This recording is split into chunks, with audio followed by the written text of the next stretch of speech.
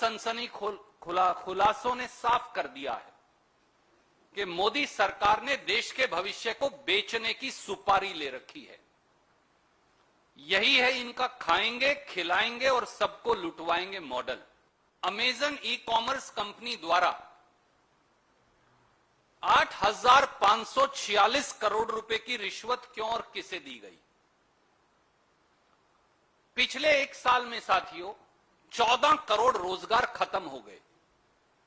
दुकानदार, छोटा उद्योग, एमएसएमई, युवा, सबका धंधा चौपट है।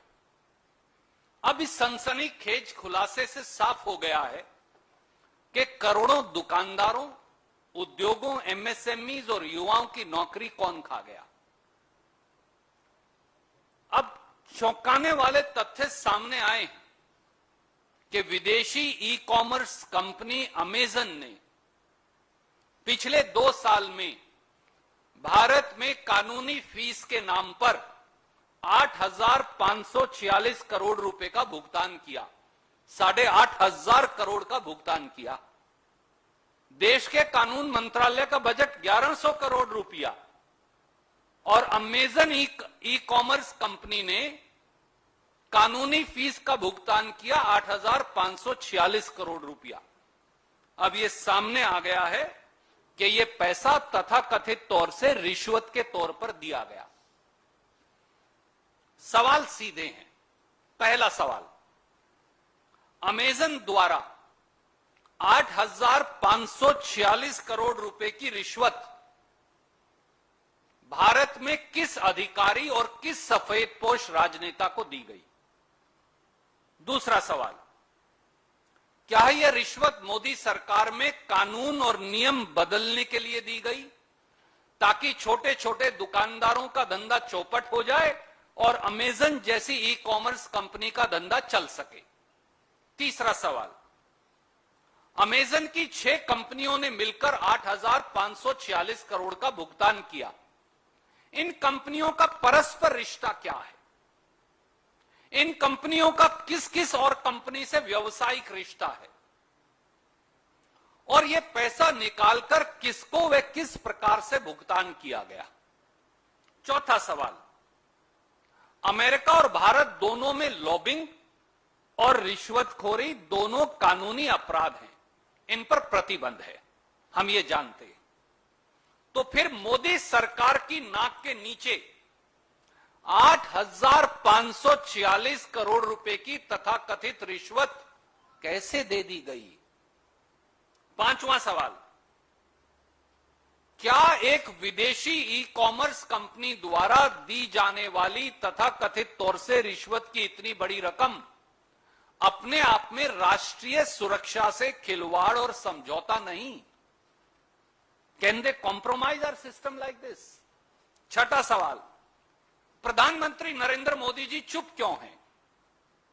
क्या वो अमेरिका के राष्ट्रपति से आज ये कहेंगे, क्योंकि वहां पर भी यह अपराध है कि अमेरिका की कंपनी अमेजन से के खिलाफ आपराधिक कार्रवाई अमेरिका की सरकार भी करे?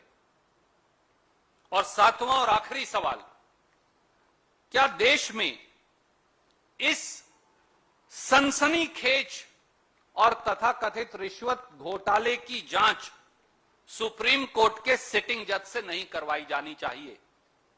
क्योंकि बिल्ली को दूध की रखवाली नहीं बिठाया जा सकता। यह पैसा तो भारत सरकार में राजनीतिक सफेदपोशों और अधिकारियों को मिला, वही जांच कैसे करेंगे? और साथियों, अब मैं इससे भी बड़े दूसरी पहलू पर आपका ध्यान आकर्षित करूंगा। दुनिया का, देश का नहीं, दुनिया का सबसे बड़ा हेरोइन ड्रग्स घोटाला सामने आया है। 1,75,000 करोड़ रुपया, चौंकिए मत, 1,75,000 करोड़ रुपए के 25,000 किलो हेरोइन ड्रग्स कहां गए? 25,000 kilo. I am again repeating with a sense of responsibility.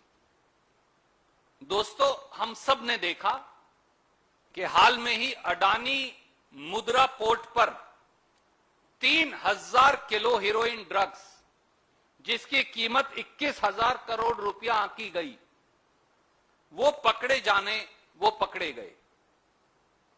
पर जो पकड़े नहीं गए वो क्या है?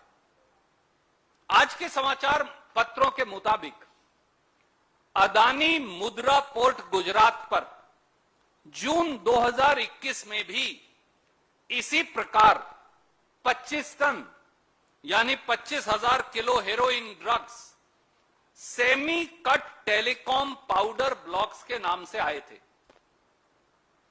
वो भी आंध्र प्रदेश की उसी कंपनी के नाम से आए जिसने 3,000 किलो हेरोइन ड्रग्स भी अडानी मुद्रा पोर्ट से सेमी कट टेलीकॉम पाउडर के नाम से मंगाए थे। कंपनी भी वही है। इन 25,000 किलो हेरोइन ड्रग्स की कीमत 1,75,000 करोड़ रुपया है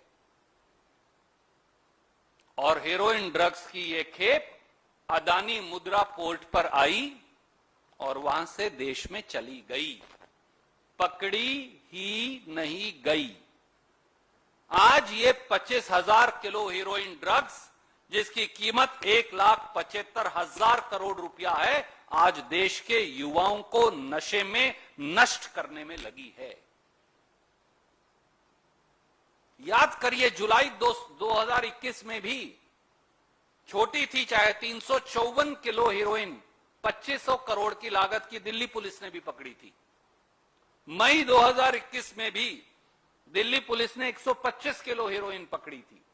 इसके मतलब क्या है साथियों?